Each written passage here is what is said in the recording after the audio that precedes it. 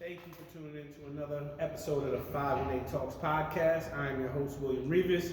2020 edition is the first episode of 2020. We are here, we are live, and today I am with special guest, Mr. Robert Dobbs, CEO of ForeverbrokeClothing. How you doing today? Doing good. So for Thank you those, for having me. listen. The work speaks for itself. I appreciate you taking the time to come out. As you guys see, you see all the wonderful Forever Broke Clothing merch.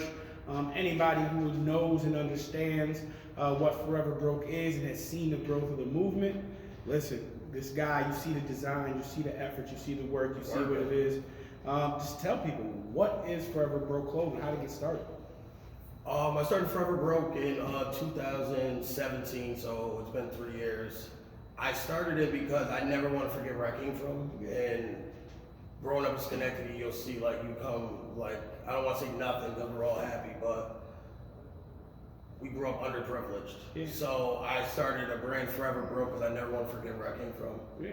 And I think that's really phenomenal because the thing it's done is it's inspired so many people because, Forever Broke Clothing, as far as the mind state, like you said, where we come from, it's tough, it's hard. Really a lot of times we don't have access to resources or financial opportunities. So for someone like yourself to create something of this magnitude and to see how big it's grown, it's been great. Did you see it growing to be what it is? Well, I had the design, but I never knew coming from Schenectady that it was gonna get this big. No, nobody will. But it's still grown by the day, and I appreciate everybody that have been purchasing it and coming to my events and showing support. You have a lot. So I gotta tell you, because I know, but for people who don't know, you have some phenomenal designs. Yeah. Who do you work with, or where do you get some of the ideas for something? I come up with the ideas, and then I give them to my I text my artist the ideas. Alana Hope, she's an artist and model. Shameless plug. Shout out to Alana Hope. Yeah. Strong. She did all these designs, every last one of these. A lot of people don't know. One take too. It only took her one take. You got phone cases. You have hats. Yeah. You got all this different type of gear. And what for you? What is really the creative process? At this point, it's no longer an idea. It's no longer a vision. It's a real brand. So how do you continue to come up with quality ideas? From people supporting me. It drives me to do better and want to do better and come out with more content because people show me the support from my city, and I also don't want to let nobody down. So I'm gonna continue to keep coming up with different color designs for different holidays. I had a Halloween one which I didn't bring. I got a Christmas design for next Christmas. Had the 4th of July, so I'm just gonna stay busy with creating content for everybody. So if I'm correct, me and you were talking before, I believe you have the first ever Forever Broke clothing design still. Show you guys show the people real quick at home so they can see the growth. This 2017 is the first shirt I ever came out with. This is what it started with. Yeah, it started with this, and this is all where this we're in at a few right years. Here, I'm gonna give this to you too. I don't think it's gonna fit you, but it's like a collectible. Oh no! We definitely outgrew this, but as a collectible, I'm gonna frame this and keep this. Yeah, it's the first one because I definitely appreciate being able to be a part of history and stuff. What I love about the community that I'm in is it's very easy to support phenomenal people and phenomenal ideas. It's just a matter of us being there for each other, sharing resources, sharing opportunities, just taking the time to really appreciate the work that we all put in, and the fact that we as individuals, we have the ability to be great. We should support that. Yeah. So what are some? It wasn't always easy though. I stopped for 6 months, in the beginning of 2019, and I wasn't even gonna do it again. But then I got started going on it because it was so hard. I didn't have the resources, or I bought too much of one item and I didn't sell them fast enough, and people want to see new stuff. So I dealt with a lot, but thank God I got all the designs now to keep up with the process. Yeah, well, and I think that's important really for people to hear, especially people who come from where we come from, to really hear that. It's not that you weren't frustrated. It's not that you didn't think about stopping. It's that even though you did feel that way, you still found the energy, the focus, the motivation to move forward with your project. And I think for our kids especially, and for our community at large, it's important for them to understand and hear that, because a lot of times when they see success on the other end, they don't know the process. Yeah. So they automatically think. Process. I'm still not where I need to be, but I'm grinding every day. And I made a goal for myself that I'm gonna be productive every day this year. And it's the 52nd day of the year. And I'm gonna count it all the way up, and I'm gonna make sure I make it happen. Well, that's that 2020 vision. That's what we want for everybody. We want everybody all year. The grind never stops. Every day. As soon as you get stagnant, it's over. Every day, put your work in. Every day, you find something else to apply, something new to. Read a book, take a walk, do something different. Find yourself embracing life in 2020, because as we can see, with the loss of so many lives over the last year, at any time it can be taken away from you. So to take into consideration how blessed you are and where you're at, I was also blessed to be able to be invited to this wonderful softball game. Yeah, that was fun. Shout out to everybody that was at the softball game. That was fun. Y'all know who the MVP is and who it should have been, but it's okay. He did have a home run. It was nice. Two. I had two. I hit a home run off of Assemblyman Angela Santa Barbara, yes. And I hit another one off of City Council member John Palomino. Yeah, that was fun. So, and I called both my shots. Check the video. If you look at the video, shout out to Loyalty It's on my Facebook. Loyalty Mills on my Facebook. Robert Dobbs. I definitely called both my shots. But for that softball game, a lot of people don't know what the overall project was. So, tell them about why that project is important and what it means to you. All right. Well, I was gonna have a kickball game over the summer, and I was supposed to get a permit at Central Park, and I actually asked my mom to go get it. And my mom, she said she got the permit, or she went to, but we didn't go through the whole process. So the day of the event, I'm running around, 10, 20 people calling me. I'm running around trying to find a new spot because we couldn't go to Central Park, and I thought I had the permit. So then I'm going everywhere. I went to Hillhurst.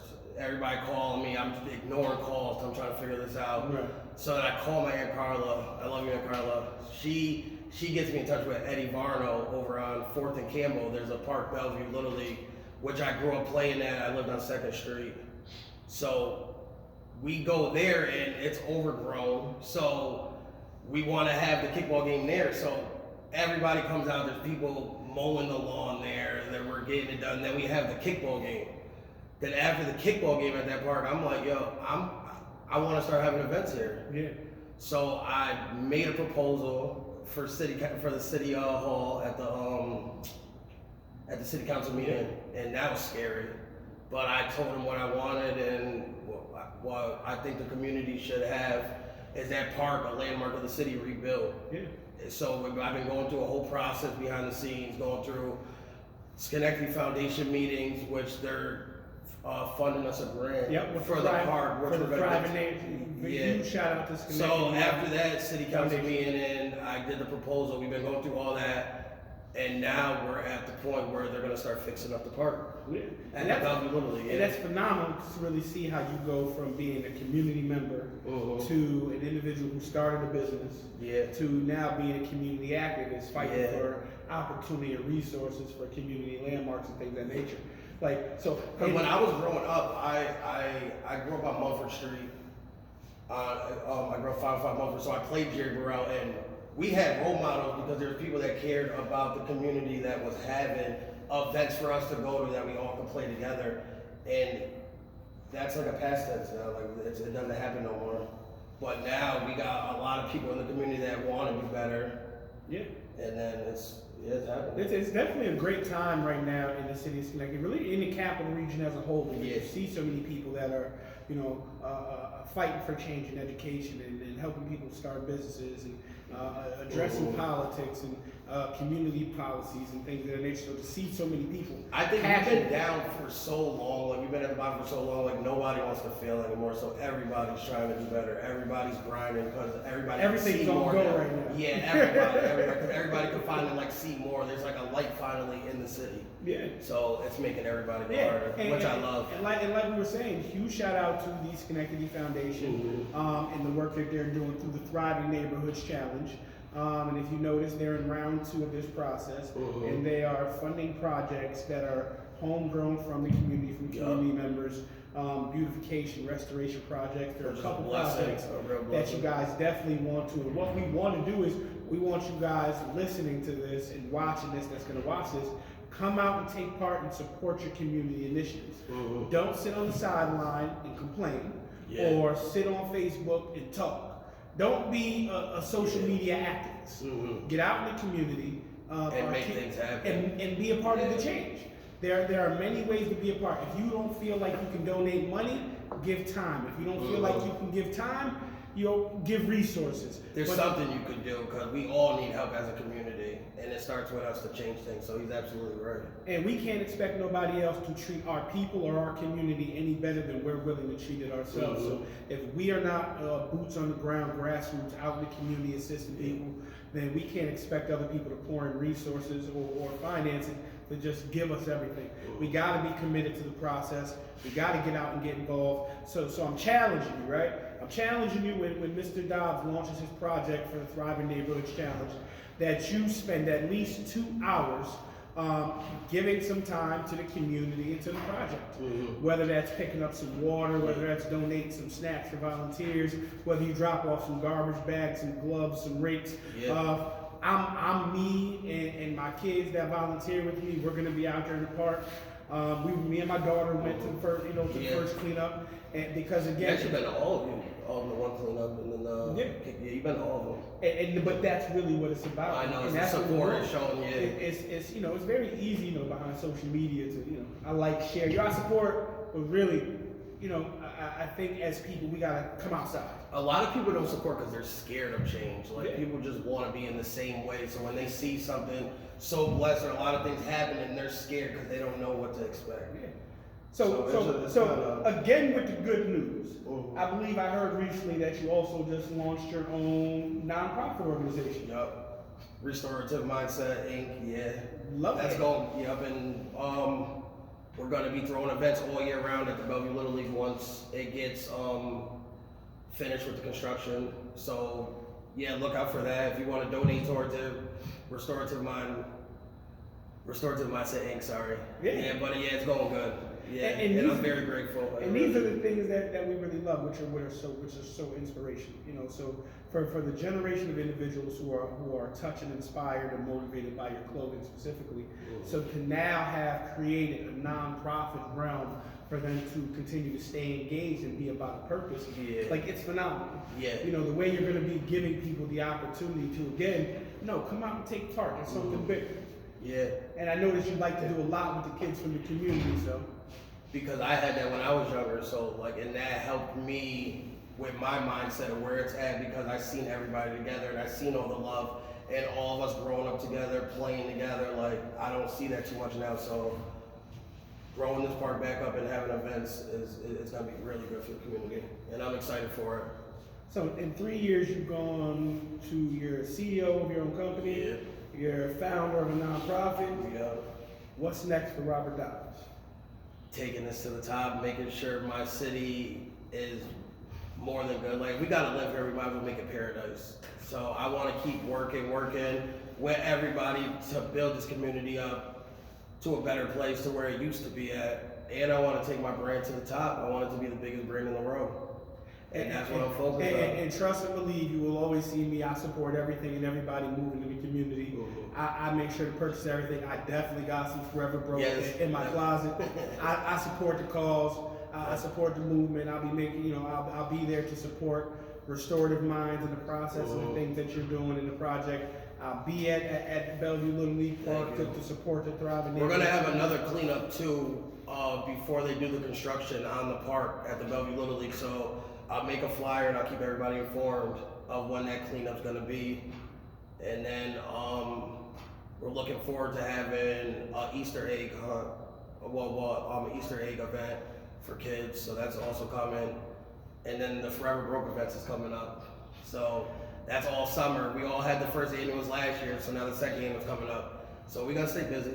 So for people who don't know how to reach you or know how to follow you or know, where can they find you? What's the website? Robert Dobbs on Facebook, ForeverbrokeClothing on Instagram, Turn Up 518 on Instagram. My Snapchat is Turn Up 518. My website is www.ForeverbrokeClothing.com. You can purchase stuff right now. I'll get it to you the next day if you're in Schenectady, or the next couple of days wherever you're at. And that's it. So one part of the shop to give back to the community. If there's one thing that you could tell the people of our community, or specifically the kids of our community, what would be your final inspirational message to them? To keep growing, to not be scared of what's going to happen in life, to keep trying, because it's never going to be easy. It's never going to be easy, and it was never easy for me. But I just want you to keep grinding, keep trying, and never give up. Really, never give up. There you have it, William Rivas, 518 Talks podcast. Robert Dobbs, CEO Forever Broke Clothing. I appreciate you. I support you. I appreciate you having me. Thank you guys. guys. It means a lot. Thank you guys for tuning in.